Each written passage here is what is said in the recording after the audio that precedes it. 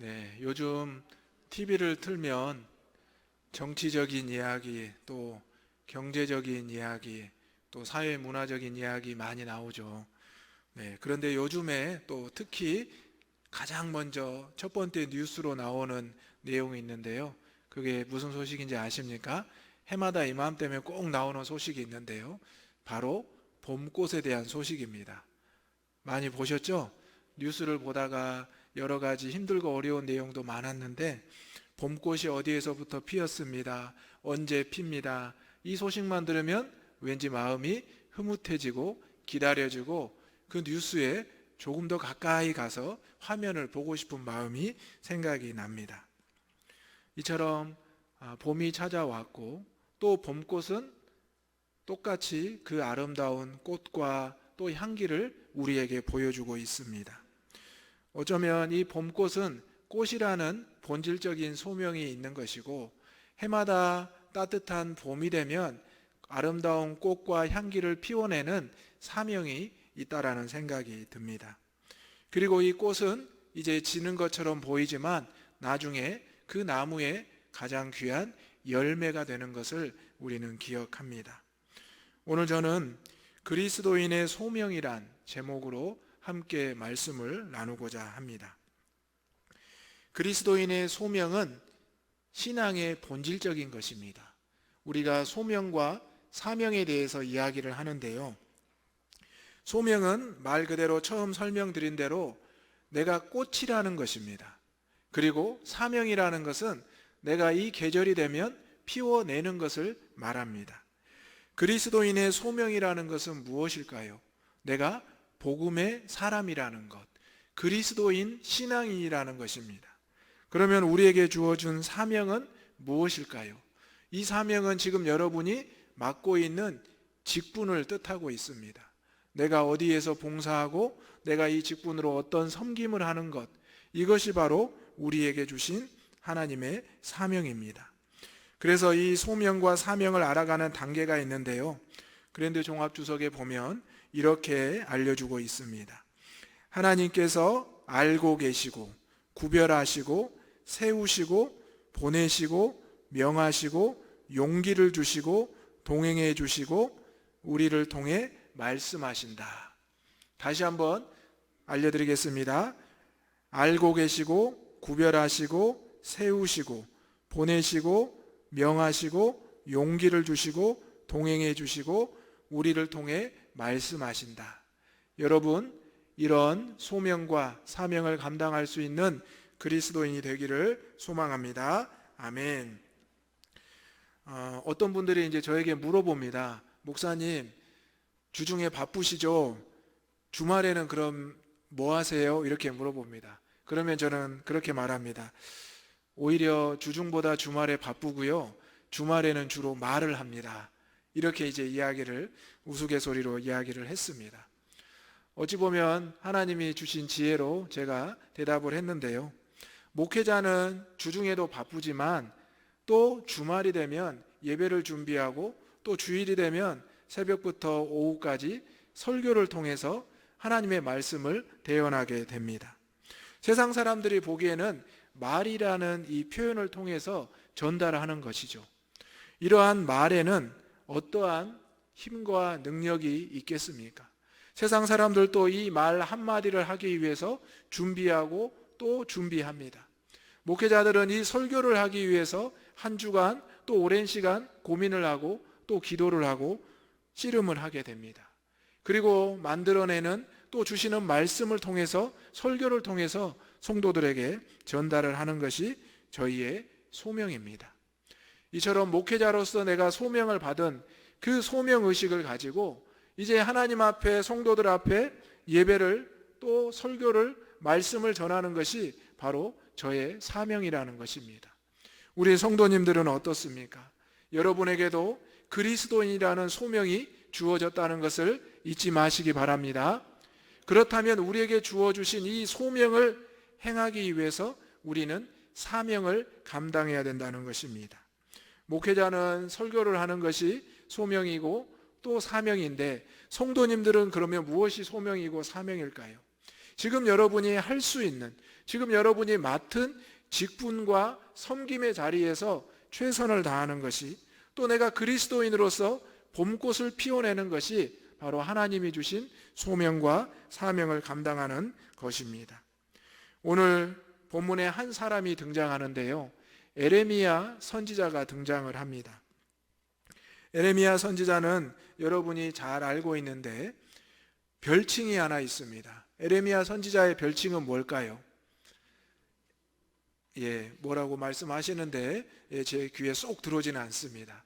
힌트를 드리자면 에레미야서 다음에 무슨 책이 나오죠? 에레미야 애가가 나옵니다. 그러면 에레미야의 별칭은 뭘까요? 눈물의 선지자. 에레미야 선지자는 하나님의 부르심을 받습니다. 그리고 하나님의 사명을 감당하는데요, 다른 선지자들도 마찬가지였지만 특별히 에레미야 선지자는 자신이 있는 이 나라 남왕국 유다가 멸망할 것이고 포로가 되어서 고통받을 것이다 라는 심판과 멸망을 예언했던 선지자입니다. 그리고 자신의 눈으로 이 나라가 멸망하는 것, 포로로 잡혀가는 것, 자기도 끌려가는 것을 경험하게 됩니다. 그래서 에레미야 애가서를 또 특별히 보시면 그 가운데 얼마나 애통해하고 슬퍼하는지를 보게 됩니다. 하나님께서 나를 부르셨고 사명을 주셨는데 하필이면 나라가 멸망할 그 시기를 예언하고 멸망하는 그 시점에 살아간다는 것이 얼마나 힘이 들었겠습니까? 물론 회개하십시오, 돌이켜야 됩니다, 우리가 심판과 멸망에서 벗어나야 됩니다, 이렇게 왜 말을 하지 않았겠습니까? 에레미야 선지자가 목청을 높여서 때로는 강하게 책망하면서 하나님의 말씀을 선포했을 것입니다. 하지만 이스라엘 백성들, 유다 백성들은 이러한 하나님의 선지자의 말에 응답하지 않았고 결국 이 나라는 바벨론에 의해 멸망하게 되었다는 사실입니다. 그럼에도 불구하고 에레미야는 하나님께서 주신 그 소명을 사명으로 선포하고 전하기 시작했습니다. 그래서 많은 성경의 학자들과 신학자들은 에레미야 선지자는 하나님의 파토스를 전했다, 하나님의 그 고통스러움을 증거했다라고 이야기하고 있습니다. 고통과 고뇌, 회유와 협박, 눈물과 좌절 등을 에레미야의 말과 행동을 통해서 이스라엘 백성들, 유다 백성들에 보여주었다는 것입니다. 무려 몇 년 동안 그렇게 사역을 감당했냐면 40년 동안 감당을 했습니다. 여러분, 40년 동안 심판과 저주와 책망과 훈계의 말씀을 듣는다고 생각해 보십시오. 오늘날 많은 성도님들의 귀가 높아져서, 수준이 높아져서 목사님들이 설교 단상에서 심판과 책망과 저주와 멸망의 말씀을 하면 귀를 닫아버립니다. 그리고 우리 목사님은 맨날 저런 설교만 하셔, 이런 이야기도 합니다. 그래서 축복의 말씀, 또 귀한 은혜의 말씀만을 찾고자 노력을 하는 것도 보게 됩니다.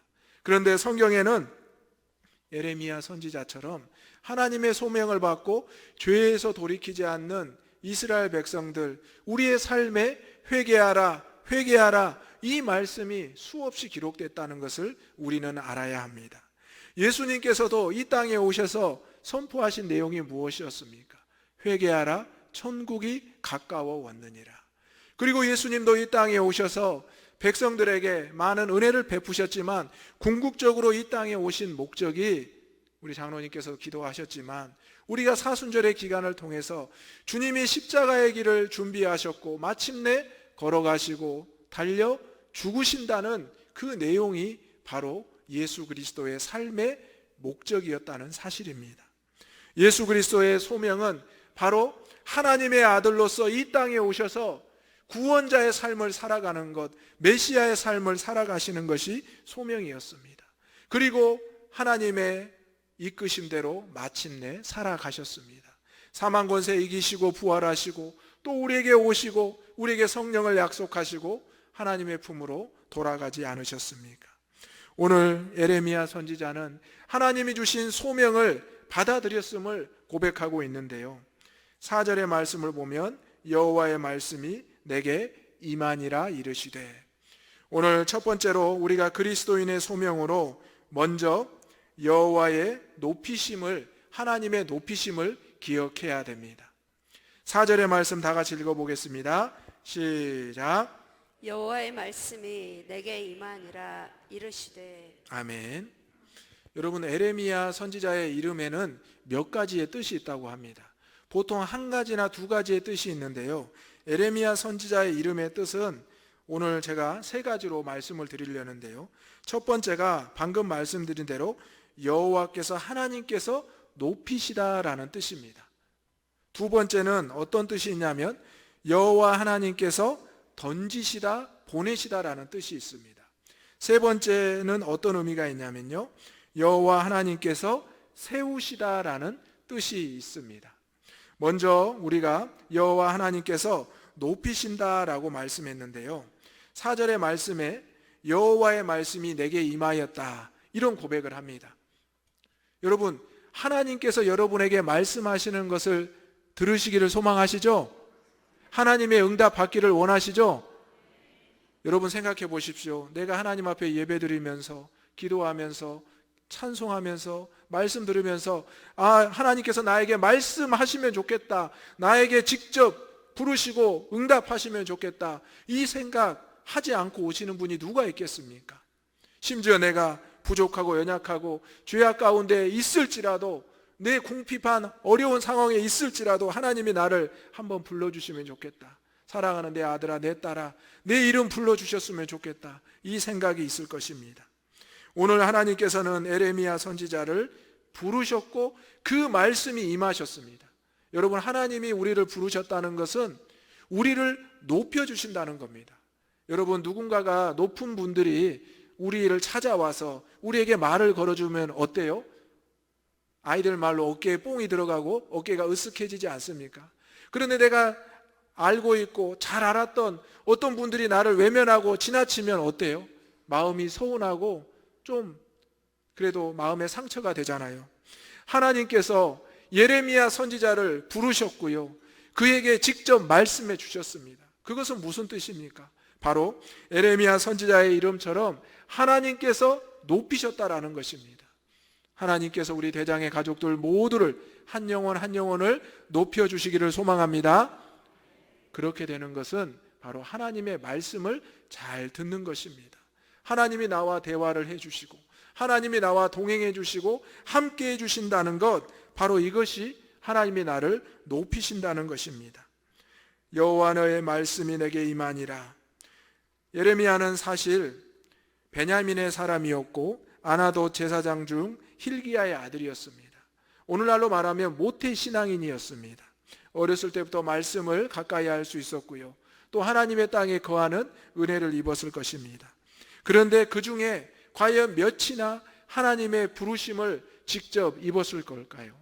이것을 우리는 소명, 콜링이라고 하는데요, 제사장의 아들이 예레미야 한 명이었겠습니까? 그렇지 않습니다. 그런데 하나님께서는 예레미야에게 여호와의 말씀을 직접 주셨다는 것입니다. 내가 너를 부르고 내가 너를 택하였다 말씀하십니다. 바로 5절의 말씀을 보면 내가 너를 모태에서 짓기 전에 너를 알았고 내가 배에서 나오기 전에 너를 성별하였고 너를 여러 나라의 선지자로 세웠노라. 믿으시기를 바랍니다. 아멘. 예레미야에게 말씀하신 이 내용 이사야 44장 2절에도 나오는데요, 이 시간 한번 다 같이 읽어보겠습니다. 이사야 44장 2절입니다. 시작. 너를 만들고 너를 모태에서부터 지어낸 너를 도와줄 여호와가 이같이 말하노라.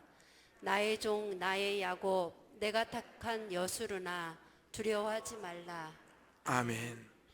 하나님의 부르심을 받은, 하나님의 택함을 받은, 하나님의 소명을 받은 그리스도인들은 어떤 사람들이냐면 하나님께서 우리를 모태에서 짓기 전에 알았다는 것입니다. 그리고 우리가 어머니의 배에서 나오기 전에 우리를 성별했다는 사실입니다. 그리고 우리가 앞으로 하나님의 선지자로 여러 나라 가운데 세워졌다는 것입니다. 하나님께서는 이처럼 저와 여러분에게 소명과 사명을 이미 주셨다는 말씀입니다. 오늘 예레미야는 모태 신앙인이었고 여러 가지 좋은 환경에 있었지만 그럼에도 불구하고 그 가운데 하나님의 직접 부르심을 체험하는 높임을 받았다는 사실입니다. 오늘 우리의 신앙은 지금 어느 자리에 놓여 있습니까? 지금 여러분은 어느 위치에 있다고 생각하십니까? 하나님께서 여러분을 찾아오시고 여러분의 문 앞에서 예수님이 노크하시는데 우리는 과연 그 자리에서 주님을 영접하고 있는지, 하나님을 만나고자 하는지, 그래야 우리가 높아진다는 것을 기억할 수 있기를 주님의 이름으로 축원합니다. 우리는 자꾸 그런데 겸손하게 피하고 회피하고 그것을 거절할 때가 있습니다. 에레미야는 이렇게 대꾸합니다. 내가 이르되 슬프도소이다. 주 여호와여 보소서 나는 아이라 말할 수가 없습니다. 어찌 보면 에레미야가 참 겸손하고 슬기로운 대답을, 지혜로운 대답을 한 것처럼 보입니다. 에레미야에게 복중에 이미 너를 알았고 또 배에서 나오기 전에 성별했고 너를 여러 나라의 선지자로 섬겼는데 그 말이 얼마나 부담이 되었겠습니까? 여러분도 하나님께서 이렇게 말씀하시면 막상 부담이 될 것입니다. 하나님과 대화하고 응답하기를 원하고 높임받기를 원했지만 그에 맞는 역할을 하라고 하면 우리는 손사래를 치며 거절할 때가 많습니다. 아니요, 저는 아직 그런 믿음의 분량이 안 됩니다. 아직 그 정도는 아니에요. 목사님, 다음에 할게요. 많이들 그러시는데요. 여러분, 분명히 아멘 하셨잖아요. 하나님의 높임을 받기를 원하신다고, 하나님의 부르심과 택함을 받았다고 말씀하셨잖아요. 오늘 하나님께서는 에레미야에게 하나님의 말씀을 직접 주셨고요, 에레미야는 그것을 자기가 받았노라라고 고백합니다. 그리고 내가 슬프도소이다 나는 아이라 말을 못합니다라고 그 말까지 했는데 하나님께서는 나를 붙잡아 주시고 높여 주셨다라는 고백을 하고 있는 본문의 말씀입니다. 오늘날 우리가 아이들이라고 이야기하면 유아, 유치, 아동부까지 정도 아이들이라고 합니다. 그 당시에 아이들은 14세까지를 아이라고 했다고 합니다. 무기를 들고 참여할 수 있는 나이가 바로 아이였다고 합니다. 에레미야는 이제 나이가 그렇게 많지 않은 상태에서 사무엘처럼 하나님의 부르심을 받은 것으로 보입니다. 그리고 40년 동안 그 귀한 사역을 감당했습니다. 소명을 받는다는 것은 나이의 높고 낮음, 신분의 높고 낮음에 있지 않습니다. 하나님의 소명은 지금 이 자리에서 저와 여러분에게 주어진 줄 믿으시기 바랍니다. 우리에게 주어주신 그 그리스도인의 소명이 있는데 하나님께서 우리를 부르시고 우리에게 말씀하시고 택하신다 하셨는데 왜 우리는 슬프도소이다 나는 아이라 말할 수 없다 이렇게 대답하고 계십니까? 이것은 어찌 보면 하나님 앞에 겸손한 것이 아니라 오히려 하나님 앞에 불순종하는 일이 될 수가 있습니다. 그리스도인의 소명을 감당하기 위해서 우리는 하나님과의 말과 행동이 일치가 되어야 된다는 사실입니다. 말과 행동, 언행이 일치가 돼야 믿음의 기초, 신앙의 바른 길을 걸어갈 수가 있는 것입니다. 여러분, 신앙인들이 말과 행동이 다르면 어때요? 바로 옆에 있는 분들이 손가락질을 하죠. 또 손가락질 못해도 마음에 저 사람은 안 되겠네, 이렇게 마음에 손사래를 치게 됩니다. 오늘 에레미야는 그 마음 가운데 자신이 말을 할 수 없다, 행동할 수 없다 이렇게 말을 했습니다. 그런데 사람들은 그렇게 말할 수 있지만 하나님께서는 에레미야에게 다시 말씀하십니다. 그래? 괜찮아. 내가 말하는 대로 그 사람을 만나고 내가 말하는 데 가서 함께 있으면 돼. 내가 너에게 말을 넣어줄 것이고 너가 가는 곳을 알려줄 것이야 말씀하셨습니다. 이 말씀은 모세에게 하셨던 말씀과도 비슷한데요. 출애굽기 6장 30절에서 7장 1절의 말씀을 이 시간 한번 읽어보겠습니다. 시작. 모세가 여호와 앞에서 아뢰되 나는 입이 둔한 자이로니 바로가 어찌 나의 말을 들으리이까. 한 절 더 읽겠습니다. 여호와께서 모세에게 이르시되 볼지어다 내가 너를 바로에게 신같이 되게 하였은즉 내 형 아론은 내 대언자가 되리니. 아멘. 두 번째로 그리스도인의 소명은 바로 하나님께서 던지셨다라는 것입니다. 던지셨다라는 것인데요. 바로 방금 모세의 그 고백을 들으셨죠. 이 모세의 고백을 들어보면 모세가 자신은 말을 할 수 없습니다. 자신은 부족합니다라고 하나님 앞에 고백합니다. 그런데 생각해보면 모세가 이때가 나이가 80세거든요. 왕궁에서 40년의 교육을 받았고요. 40년은 미디안에서 양을 치면서 하나님과 영적인 교제를 이루었습니다. 이제 80세가 되어서 하나님이 그에게 불타는 떨기나무 가운데서 나타나셔서 그에게 사명을 주셨는데 그가 그것을 거절하고 있는 것입니다. 어찌 보면 에레미야 선지자처럼 이렇게 고백을 한 겁니다. 나는 아이인데, 나는 입술이 둔한데 어떻게 내가 할 수 있겠습니까? 그런데 하나님께서는 오늘 에레미야를 던지셨습니다. 제가 에레미야의 이름의 두 번째 뜻이 하나님께서 던지셨다, 보내셨다 말씀하였는데요. 바로 하나님께서 에레미야를 어디에 던지셨냐면 바로왕 앞에 던지시고 보내셨습니다. 그리고 노예 생활을 하고 있는 이스라엘 백성들 앞에 던지시고 보내셨습니다. 모세를. 그리고 이제 에레미야는 하나님 앞에 부르심을 받고 이제 백성들 앞에 서게 된다는 사실입니다. 여러분, 누군가가 나를 보낸다는 것, 파송한다는 것 어려운 일입니다. 또 우리 누군가가 나를 그곳에 던진다라는 것은 상당히 마음에 부담이 되는 표현입니다. 하나님께서 우리를 보내신다, 던지신다. 나를 왜 그 자리에 보내셨을까, 던지셨을까? 오늘 하나님께서는 예레미야 선지자를 통하여 말씀하시고 또 모세를 통하여 말씀하셨습니다. 하나님께서 모세를 바로 앞에 던지셨는데 바로 앞에서 신과 같이 만들었다 말씀합니다. 그리고 너를 대언할 아론을 보내주었다라고 말씀합니다. 에레미야에게도 마찬가지입니다. 하나님의 사람들을, 하나님의 동역자를 보내주셨고 에레미야는 끝까지 하나님의 말씀을 선포할 수가 있게 되었습니다. 오늘 말씀 7절과 8절을 이 시간 다 같이 읽어보겠습니다. 시작. 여호와께서 내게 이르시되 너는 아이라 말하지 말고 내가 너를 누구에게 보내든지 너는 가며 내가 네게 무엇을 명령하든지 너는 말할지니라. 너는 그들 때문에 두려워하지 말라. 내가 너와 함께하여 너를 구원하리라. 나 여호와의 말이니라 하시고. 아멘. 하나님께서 에레미야를 던지셨는데 그 가운데 누가 함께하냐면 하나님이 함께하신다고 말씀합니다.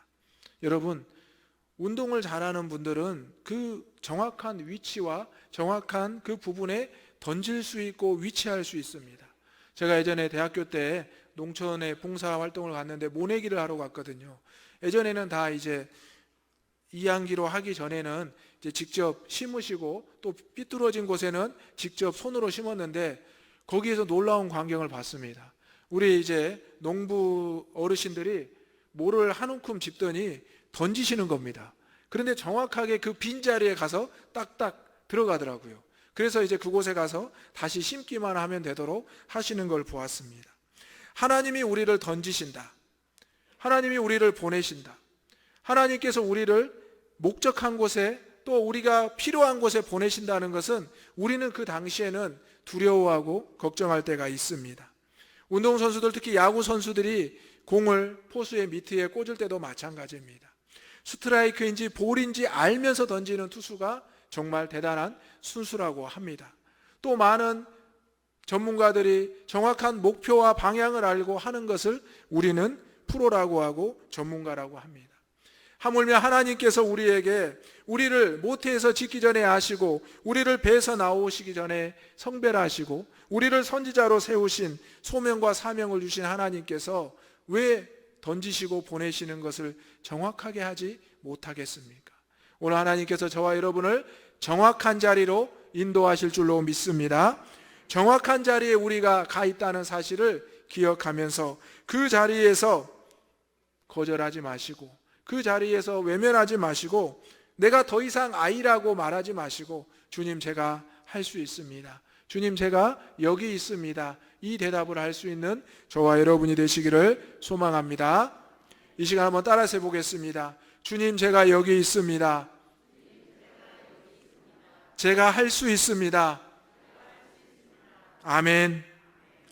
예레미야는 하나님과 동행하는 사람이었고 하나님이 그와 함께하는 사람이었습니다. 오늘 말씀에 보면 내가 누구에게 보내든지 너는 가라. 또 내가 무엇을 명령하든지 너는 말하라. 그리고 9절의 말씀을 보면 여호와께서 그에게 손을 내밀어 말씀하셨습니다. 내 입에 대십니다. 그리고 말하기를 보라 내가 내 말을 내 입에 두었노라.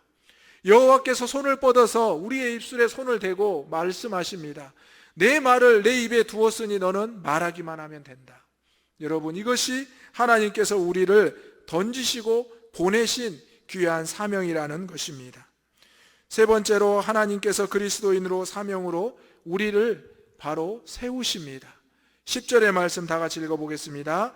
시작. 보라 내가 오늘 너를 여러 나라와 여러 왕국 위에 세워 내가 그것들을 뽑고 파괴하며 파멸하고 넘어뜨리며 건설하고 심게 하니라 하시니라. 아멘. 아멘. 하나님께서 손을 뻗어서 에레미야 입에 대주었던 그 말씀이 말씀드린 대로 뽑고 파괴하고 파멸하며 넘어뜨린다는 말씀입니다. 얼마나 힘들고 어려운 말씀입니까? 누군가에게 축복과 은혜의 말씀을 전해야 되는데 뽑고 파괴하고 파멸하고 넘어뜨리겠다. 이 하나님의 심판과 멸망을 선언하는 것이 얼마나 힘들었겠습니까? 하지만 하나님께서 에레미야를 세워주시고 그와 함께 하셨습니다. 그를 손으로 붙잡아 주시고 그의 입술을 만져주셨다는 것입니다. 오늘 에레미야는 그 말씀대로 세움을 받았고 사명을 감당한 줄로 믿습니다. 저와 여러분도 하나님이 주신 이 소명대로 사명대로 살아갈 때 하나님의 세우심을 입게 될 줄로 믿습니다. 여러분의 자리에서 내가 인간적으로 무언가를 세워나가는 것 참으로 어렵습니다. 물질을, 명예를 세워나가는 것 어렵습니다. 그 자리를 견고하게 하는 것 어렵습니다. 그런데 우리가 생각해 볼 것은 내가 그리스도인으로서 하나님 앞에 받은 소명으로서 내 신앙은 얼마만큼 견고하게 세워졌는가를 돌아보아야 된다는 사실입니다. 오늘 하나님께서는 에레미야를 통하여 하나님께서 높이시고 그를 던지시고 세우신다 말씀하셨습니다. 하나님께서 먼저 그를 부르셔서 그에게 믿음과 신앙을 주시고 그를 파송한 후에 그 가운데서 하나님의 놀라운 역사를 경험하게 하시고 이제 그를 높이 세우셨습니다. 오늘 이스라엘 백성들, 유다 백성들 결국 멸망하게 되지만 오늘 마지막 말씀에 보면 건설하고 심게 하신다 하십니다. 이것은 회복과 구원의 말씀입니다. 에레미야 선지자가 이렇게 눈물로 호소하고 간절히 외쳤지만 유다 백성들과 이스라엘은 결국 나라가 멸망하게 되었습니다. 하지만 하나님께서 에레미야 선지자를 통하여 다시 회개와 구원과 돌아옴의 역사를 알려주셨습니다. 오늘 우리는 세상에 살면서 다시 주의 전으로 돌아왔습니다. 그리고 말씀을 듣고 다시 세상으로 돌아가게 됩니다. 여러분의 삶 가운데 그리스도인의 소명, 그리스도인으로서 내가 맡은 사명을 잘 감당할 수 있기를 주님의 이름으로 축원합니다. 에레미야 선지자처럼 내가 하나님 앞에 부르심과 택함을 받는 것을 즐거워하면서 기뻐하면서 때로는 그것이 무겁고 힘들지라도 오히려 하나님께서 내 입술에 내 손에 발에 힘을 주시고 함께 하신다는 것을 믿으며 나아갈 때 저와 여러분의 발걸음이 우리의 삶이 사순절 주님을 따라가는 복된 그리스도의 삶이 되기를 간절히 소망합니다. 아멘. 하나님은 에레미야를 알고 성별하고 사용하셨습니다. 하나님은 오늘 우리를 알고 성별하고 부르셨습니다. 이제 오늘 그리스도인으로서 이제 우리의 입술을 통하여 하나님의 놀라운 역사가 나타나기를 바랍니다. 아멘. 기도하겠습니다. 거룩하시고 내려오신 아버지 하나님, 에레미야 선지자를 택하시고 부르시고 높여 주셨습니다. 또 에레미야 선지자를 하나님이 던지시고 보내어 주셨습니다. 슬프도소이다 나는 아이입니다 말하였지만 모세에게 말씀하였던 것처럼 이사야 선지자에게 말씀하였던 것처럼 하나님이 에레미야를 세워주셨습니다. 아버지 하나님, 이제 우리도 하나님의 높이심과 보내심과 세우심을 받고 삶으로 나아가고자 합니다. 아버지 하나님, 우리의 입술에 손을 대어주시고 우리의 입술에 하나님의 말씀을 넣어 주시옵소서.